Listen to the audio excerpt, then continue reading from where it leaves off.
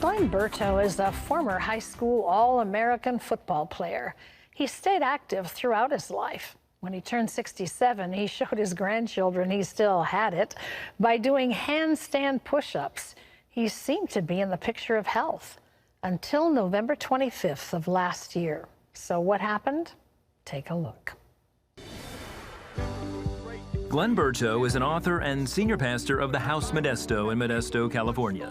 He inspires his 11,000-member congregation with passionate tell-it-like-it-is preaching and his unshakable faith.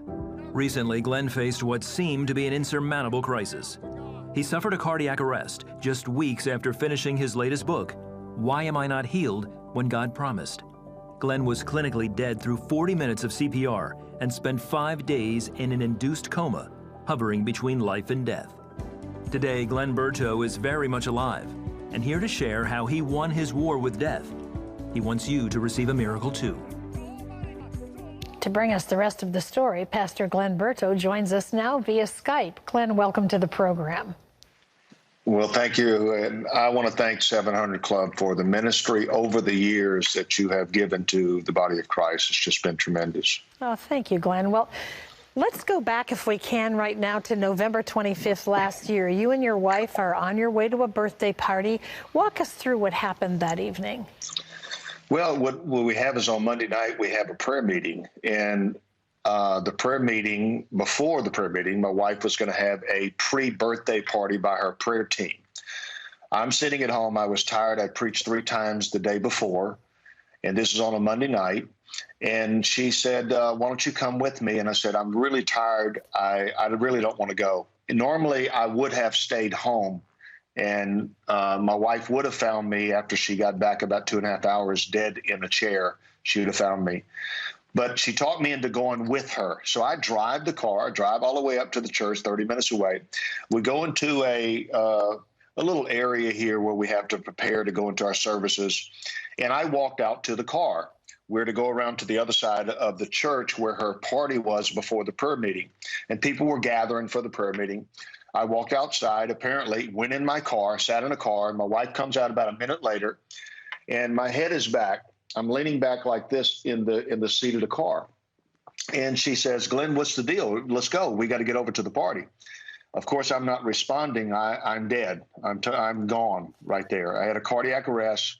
And for those that don't know the difference between a heart attack and a cardiac arrest, pretty much the cardiac arrest is electrical and you die instantly. So I could be talking and then I'm gone and I have no idea what happened. And she gets in a car and I'm dead. She doesn't know it. She thinks I'm joking and comes around to the other side and says, Glen, wake up. We got to get to the party here. And if you don't go ahead and come out of this, I'm going to call 911. Now you need to do this.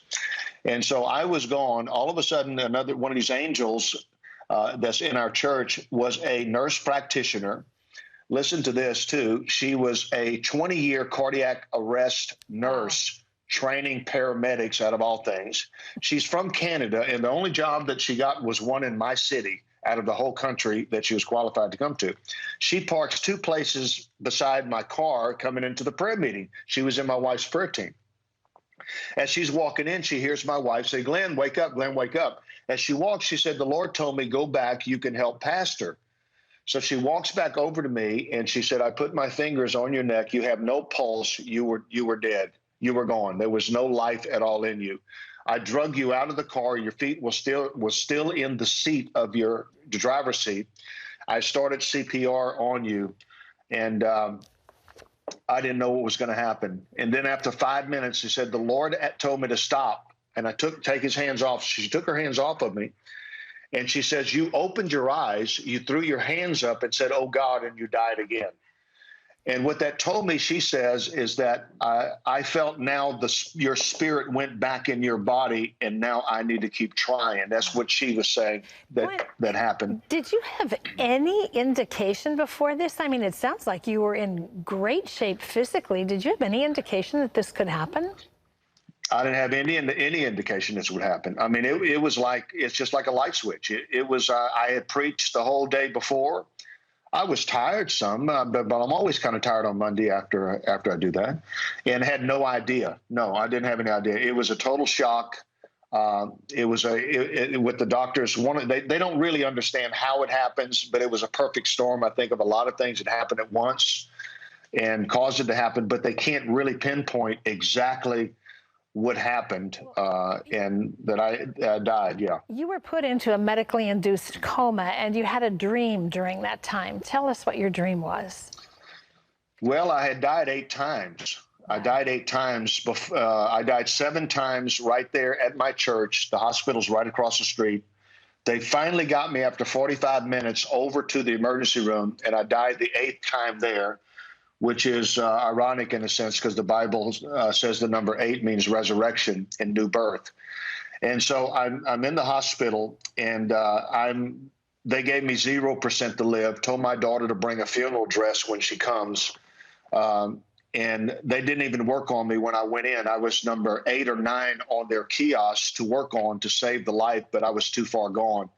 I was already mottling in my body. My feet were turning purplish, marbled red. My body was already dying. And I had my brain activity was gone. I was not supposed to even have any kind of thought now. If I lived, I was supposed to be totally brain damaged. And but I did. There is this story that's pretty incredible that you just mentioned. I went into a room, Terry. I went into a room of death. People want to ask you, did you see Jesus? I said, no, I didn't see Jesus, but I did see this. And I went into a real dark room. It was pitch black. I remember doing this and trying to see my hand. Couldn't see anything. I'm in a room. I realize there are people in the room. It's kind of, you sense it, but I can't see them. Across from the room there's a door, and in the creases of the door, I could see a light on the other side of the door, and I see this figure walking back. I can't tell what it is because it's all black, and it's blinking past the door. All of a sudden, I'm hearing this loud roar that's taking place, and I'm trying to figure out where it's at. It's almost like staticky, like a radio station is not on the right station, and then you finally tune it in, and then you could hear. And I finally tuned it in, and I heard my wife praying. She's an intercessor. I heard the prayer team praying. I heard my pastors praying. I heard friends from around the country praying. Around the world, friends of mine were praying. And they were saying the same thing: death, you can't have him. God's not through with him. God has more for him. It's not his time to die. And they were speaking this, and all of a sudden that figure was walking quicker back and forth, and all of a sudden it came over to me, grabbed me, and threw me out of there. Said, "You cannot stay here any longer. You have to get out." I realized that was the spirit of death, and the spirit of death where I was is the only thing that Jesus says I took the sting out of. He didn't take it out of hell and the grave. He took it out of death. And death is different than dead. Yeah. Death is death of the spirit. Well, I know that there were many, many people in the waiting area that were praying for you. The following couple of days, you're sitting up, you're restored, you're back in the pulpit preaching again. We're short on time, but I want to ask you, because your book is called "Why Am I Not Healed When God Promised?" A lot of people ask that question, Glenn. You were healed. What do you want the takeaway from your book to be? Well, you know what? I don't think there's any book that could be written like this. I wrote the book on healing and miracles, and then I died, which the book wouldn't sell real well now. The author died that wrote I Am Healed. And so what happened is when I came back, they said, "We're going to send it to print." I said, "No, I have one more chapter, the resurrection story." And I wrote that.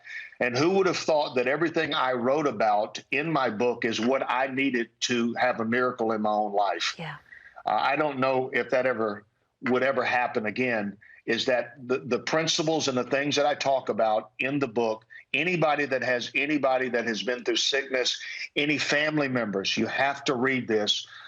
This is a Lazarus story at the end of everything that was talked about in the book. At the end was a absolute miracle. I'm not supposed to be alive.